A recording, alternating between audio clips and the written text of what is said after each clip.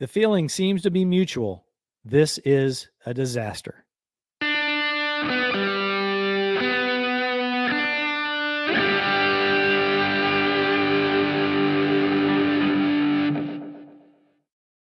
Welcome, everybody, to the OTR Vantage Point. I am your host, Mark Kelley from Kelley Defense and On the Range podcast.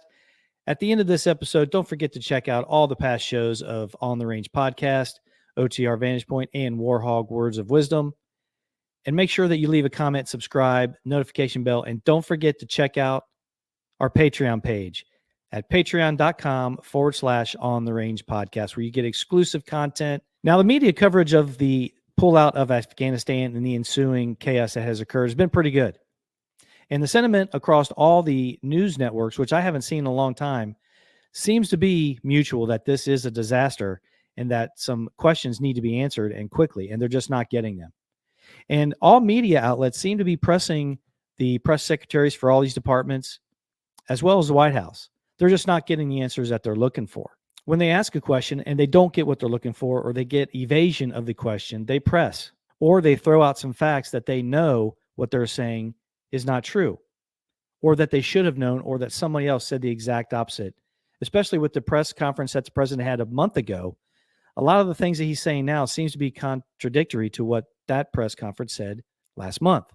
Now, there's a second thing I want to talk about, but I think there's one correspondent that really needs to be brought to light here. And she has been catching some flack from some, unwarranted, I'd say, but that is Clarissa Ward from CNN. She has been doing amazing work. Her coverage on the ground in Afghanistan, right next to the airport, has been amazing. Unfairly, she's being treated by some. I don't want to get into that too much, because I want to focus on the fact that she has been there, an American woman journalist in the middle of all this. Her bravery is commendable, and she has been doing a pretty good job. The images, the interviews, and some of the things that she is documenting brings it home to everybody. It really does. It's been commendable to watch her, and it's been very interesting to see the reaction that she has been getting, and I hope that she stays safe and keeps doing a good job. The second thing I'd like to bring up is the fact that the press conference from last month and the press conferences that's giving this month, we all know, don't seem to be even related on the same topic. The president had to have been given some information, some contingencies.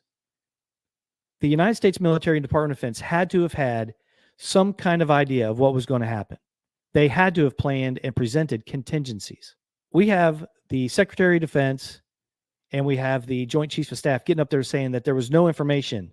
Well, there doesn't have to be information to brainstorm and do a tabletop exercise with all the possibilities and all the contingencies that would need to be followed. Those had to have been related to the president. I find it very hard to believe that nobody saw this coming. Somebody had to have seen this coming. So now, having said that, there has been zero leaks. Zero leaks. Not during, not before, or after. Now think about that. Every time the previous administration had a phone call that he was rude to somebody, there was a leak. Now that tells me a couple of things.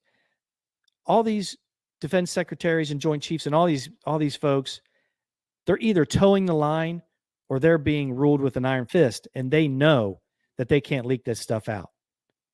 Or the press, which I find this hard to believe because of the coverage that they've been giving, aren't leaking it when it's given to them. I'm flat out just saying, I believe that nobody's leaking anything outside of those walls, which is incredible to me. Incredible. There's always somebody that's going to leak something, and we're not getting anything. Just remember that. The previous administration, there was leaks about everything, including how much ice cream he was eating, how many times he went to McDonald's. There was leaks about everything. Letters, speeches that he gave, and other. It's unbelievable. Nothing. Very interesting. I'd like to hear your take on that. So leave me a comment below, share this video at the very least, and get the reach out there. Tell me what you think about this take from the On the Range Vantage Point. See you guys.